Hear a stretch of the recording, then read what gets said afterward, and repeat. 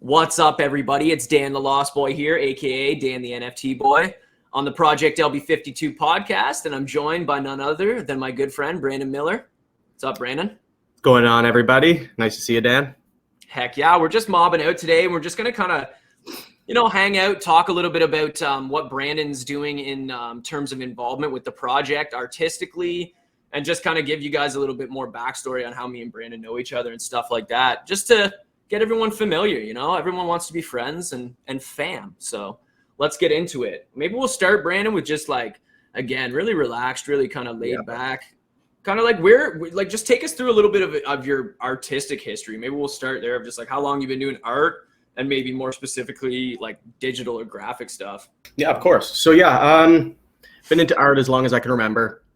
As a child, I was always drawing my name in funky letters. That's really what sparked it, was the lettering side of things, the typography aspect. Nice.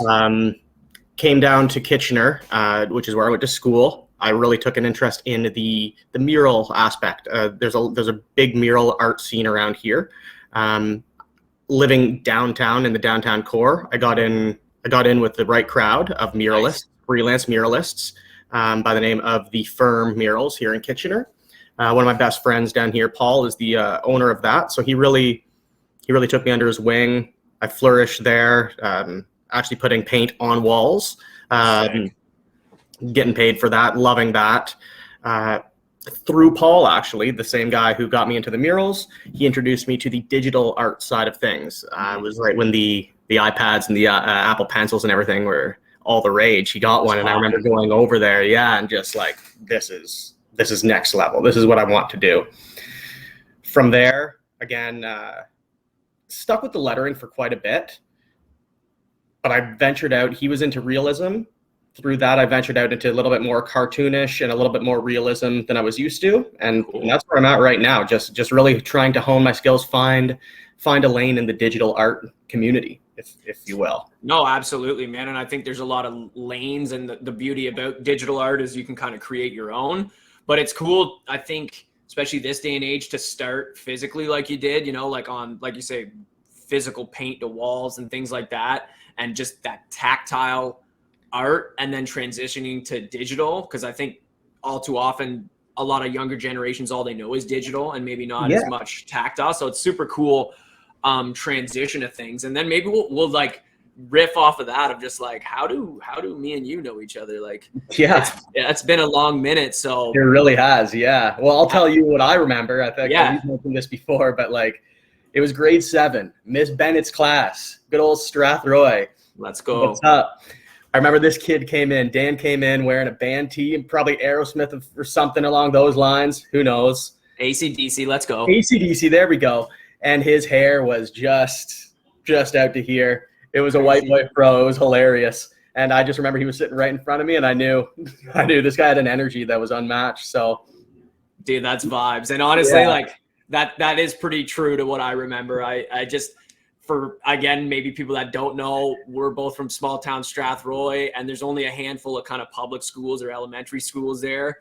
I grew up Catholic and went to the Catholic schools. So eventually my family moved across town, and I went to this new public school that Brandon went to, and had to kind of amalgamate myself to a whole new crew of people and a whole new crowd, even though in such a small town, it's a laughable thing to think. Yeah, exactly. It's already, you're all one already. It's you knew everybody from every other school already, but for sure. But there was you brought an energy to that school when you came. Everybody wanted to be in your circle. I remember that. It was just, not much has changed. I appreciate that, dude. And I think it's very similar to you're saying with art. It was just I was just trying to find my lane, and I don't think anybody was running skateboards and band tees and long hair, which again, was popular a long time ago, but no one was doing it at this particular time. And exactly, you kind of brought that in. Hell yeah, dude. So that's kind of it. We come from the same small southwestern Ontarian town here in Canada.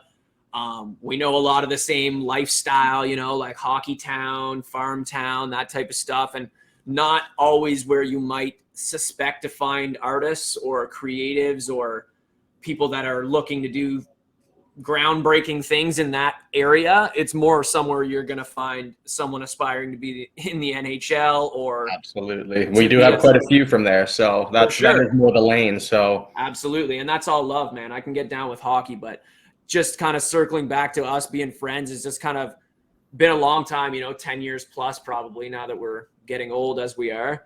But it's just kind of crazy to think that, maybe 10 years or so down the line, we're kind of reconnecting through this project and just other artistic endeavors and stuff. So it's just small world, I think. It's a pretty cool feeling. Yeah, exactly. And even just like, again, the small town vibes, like knowing each other, like coming from the same place, like salt of the earth type deal. There's some comfort in that, man. And I think things that grow from good soil, if you will, usually tend to have better roots. And I think that's going to be a case with this project. I really like the idea of an NFT project. First off, integrating music. Second off, everybody's doxxed. Everybody's, wearing this on their sleeve and on their chest. So it's almost a signal to the community, like we're fully convicted in this. We're fully behind this. And here we are. We're going to see this through. This is a 5-year roadmap, as I will continue to say. You'll hear me say that a lot. A 5-year roadmap minimum. Because this is as big guys like Gary Vee will say, he's talking 40-year. So really 5 years. It's a flash in the pan at this time in this industry.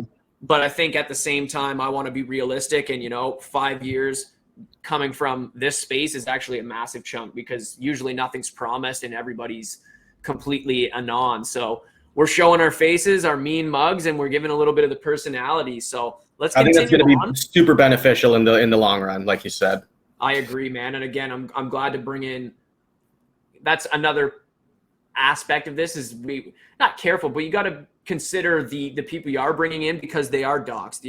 Yeah. You can't just hide them. You can't hide reputation in whatever industry, art, crypto, NFT, any of that stuff. If you kind of got a tarnished name, it's something the team, I think, needs to weigh out, and a lot of other projects wouldn't have that issue. So I think, again, it just adds to the trust and the just the honesty and transparency we're trying Transparency is the perfect word for it. Yeah, absolutely. So I kind of got some notes here. I'm just kind of picking down them. Now that everybody kind of knows, we've known each other for a good chunk of time. We've kind of now started collaborating on this project. I guess let's allude to a little bit more so what are you doing for the project, Brandon? What's kind of your squeeze here? What have I brought you in kind of to help us with? So it started off, the initial starting point was handcrafting a hand-drawn logo. You had brought me in, you had some ideas, you already had a logo version 1 done up, a base logo, and you wanted me to come in, kind of do my hand drawing, not necessarily trace it, but put a hand drawn aspect over it. Absolutely. So from there, I had a blast doing that, but I didn't create the logo. I was basically just copying and making it hand drawn, like I said. Mm-hmm. Once I gave that back to Dan, they were they saw the work that I did, and with this tools that I have, the digital art side of things, it just, because we're friends, I think it just seemed like a natural fit to discuss the possibility of me coming on board to be the hand-drawn artist of these NFTs. So me and Dan had talked behind the scenes again, just on other NFT projects that we're fans of. The hand-drawn aspect really adds something to it, and I think we both really took note of that. It both really rang true to us.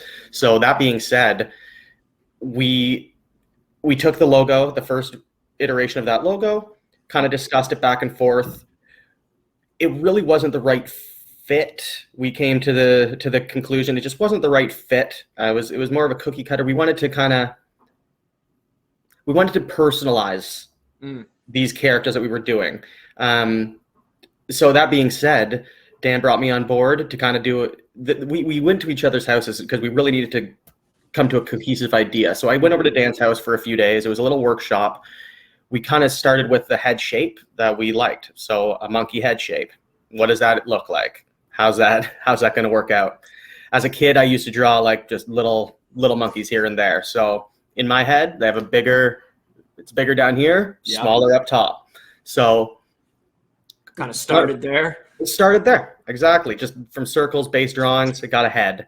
We liked the head, kind of changed the logo. After the logo was changed, we had a base head to draw a body from. We're really working through making these cartoony, but with a touch of realism, and it's very personalized to our styles.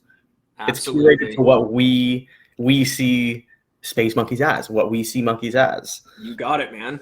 And like, again, just to really like hammer this home for everybody, Brandon's basically coming on board to hand draw all 260 of our avatar characters, which are commonly referred to as your PFP, your kind of, like he said, your cartoon characters that can embody all these cool traits and have these different variances and these little uniquenesses that may really connect with the person who may want to buy it. Yeah, an individual could see, for example, an item or an article of clothing or even an expression on the face that really resonates with them, and that has that connection there. So absolutely. Yeah, so Dan brought me on board now that we came with it. We kind of came to an agreement on a style direction that we wanted. So after that, it's just a matter of me drawing absolutely a lot of layers. Yeah, I mean, there's definitely going to be a lot of goodies here for people to unpack, and that's where Brandon's hand drawn aspect's going to come in. Is there's going to be a lot of cool like little Easter eggs in there, but again, just want to stress like hand drawn. These are going to be 100% one-of-one. 100%. There's only going to be 260 of these first kind of tier, we'll say, these VIP, the original OG. Like, who knows what'll happen in the future? There could be other projects, advancements of this project, but I just want to stress these first 260 one-of-ones, hand drawn, the first of a massive wave. And really like to circle back. I know we touched on it on some other episodes, everyone, but just the integration of music IP within what we're talking about right now. So not only are you going to be getting this cool custom one-of-one character that Brandon's drawing, randomized traits, things of that nature, it's also coming with the rights to create your own custom song through me, which it's unheard of in the space. And I really want to stress that the amount of IP value here, you could take that avatar and really have some fun with it. You can do derivative, you can do some cool, fun stuff, but then add in the music aspect. And correct me if I'm wrong, Brandon, I think that's going to take a really cool turn in the space big here. time. Like you said, the IP that this holds, if you know what to do with it, thank you. That's where the value lies. It's creative. Unprecedented what you can do with this type of IP. Like it truly is. Like that's exactly it. And I think almost the best way to put that is it's creatives making a product for creatives to get creative with to make money. Like it's literally exactly. I want to see people kind of up their value. I want to see people making some mean flips out of their stuff here. I'm not heartbroken at all. It's almost that's the point. Like that exactly. is the point. Exactly. We get some life-changing money for some people going, that would be incredible. And really at the end of it, to create a diehard community. I'm going to quote Matt McKeever here and just saying, these 260 token holders could become your family, and these could be the type of people, maybe not literally, but the type of caliber of friend or comrade that you could call when your car breaks down on the side of the road. That I'm talking that level, family level. Exactly. Like when people are going through it, I want to see it in the Discord. I want to see, just that fam vibe. And I think we're definitely going to bring that along with a bunch of super cool IP. So yeah, it's a perfect circle of all the offerings, I think. And people are going to realize this.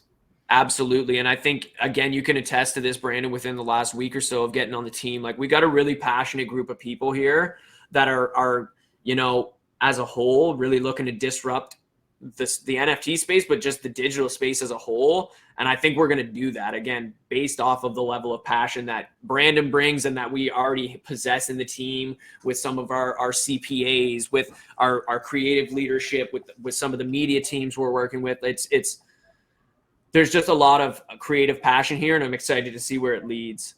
I couldn't be more excited. Yeah, and I'm thrilled to be part of a team like this, and again, just using my skills. Absolutely, I love man. doing it. I'm doing it on during my free time anyways. Why not? Why not really harness it? And I'm gonna kind of jump over a little bit, and I understand there may be a little bit of a teaser for the people here, so maybe we'll pull up a screen share and we'll show everybody kind of a little cookie cutter what we got here. So we're not gonna give away everything, but not too much. So Dan was talking about the 260 PFPs, the unique avatars.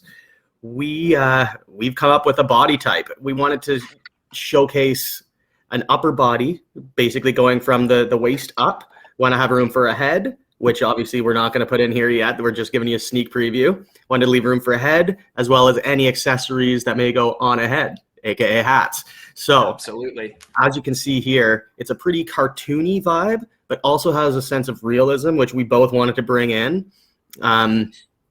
It's almost got like a human aspect to it, which I thought was kind of cool. The other thing I want to touch on is the fact that you can see both hands. There are 2 arms, 2 hands. There's a lot of wiggle room and a playing room with having something like that. Because when you look at a lot of the avatars online now, there's not a lot of hands. That's very true. And another thing we'll point out is our character's actually featuring a tail here, and I think that's kind of something special. And I'm going to leave the room for, again, creativity from our community and from our supporters early on to do with the tail information what they will. I'm not going to put any ideas in your head just yet. But I will. I just think I agree completely. It's got a nice cartoony vibe that you can kind of, it's got a cute, and without even having a head on, it's got that cute vibe, but then also, some rigid lines, some good tone and structure of like muscle. Because this is the Space Monkey Fight Club, people. There's a heavy, heavy influence from Fight Club and from just that whole movie, book, Tyler Durden, the whole 9. It's all got some Easter eggs baked in, and you're really going to see it come through in the avatars. And to have this base body that Brandon's showing us here is, I think, a really, really cool start and fits that mold really well. He looks like a rough and tumble fighter almost, even without a face, without an expression, without anything. It's like this guy can throw a few punches. This guy can squab and scrap down if he needs to, and he'll throw a couple freestyle raps afterwards as well. After you're in a pile of your own blood, but space monkeys, yeah, they'll figure it out. They'll figure out the hierarchy as things go. But yeah, I really appreciate you pulling that up, Brandon, and showing us a little screen share of a little sneak preview. I think we're good on that. And absolutely. Maybe we'll kind of get back to a couple more questions or things to touch on, and we'll kind of wrap things up here. Let's do it.